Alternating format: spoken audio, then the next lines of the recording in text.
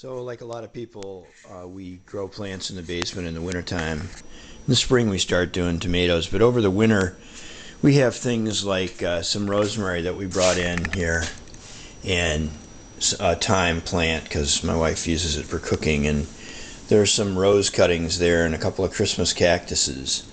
And here's some little baby rosemary. It's just cuttings, and that's some little baby cuttings from some Christmas cactuses. And we've got lettuce started here, and this is a kind of a pot plant, Cetera. And down here is another Cetera, some parsley. Back in the corner is a wreath of succulent plants.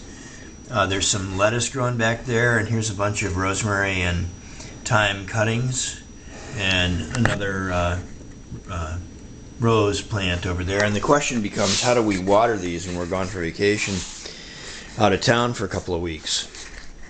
So one way we do it is we put plants in pots that have holes in the bottom, the typical plant you get from the nursery, and I put them in a big tray and I pump water into them, and I use this Rainbird timer that would normally be used for outside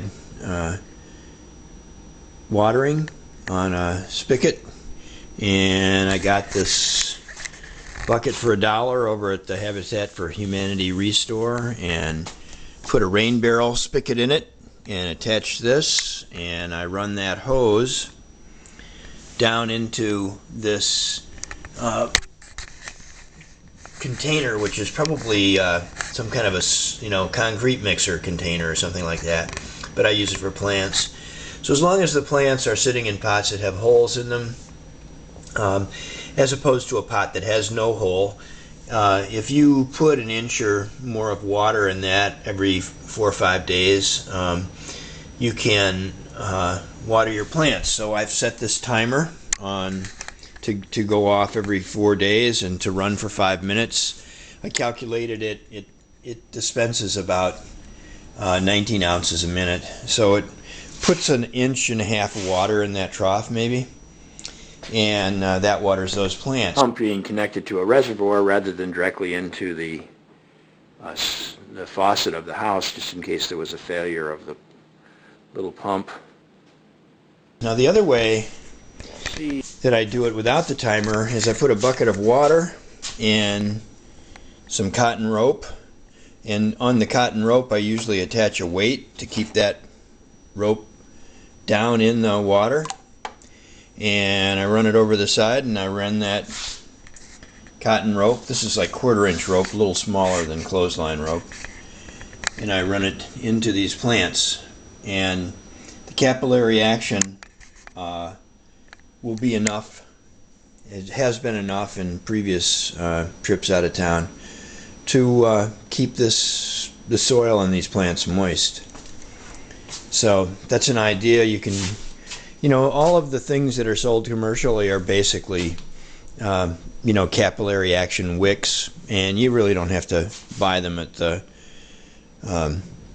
nursery or the hardware store. You can do it with some rope and a bucket. Here's another one. This is just cotton string running down. These strings are just running into these plants. I found that the water wicks better if the pot is above, but really it will wick up and over like this bucket here, and so you could just put a pot of water and at the same level, not even lower, run your cord. It has to be a cotton cord though, it can't be polyester or something like that. It has to be a wickable sort of a cord, something that would soak up water like cotton. And put that in your plants, wrap it around inside them, maybe cover them up with a little dirt like this. Just sort of stuck that down in the dirt, and that'll soak your plants while you're gone.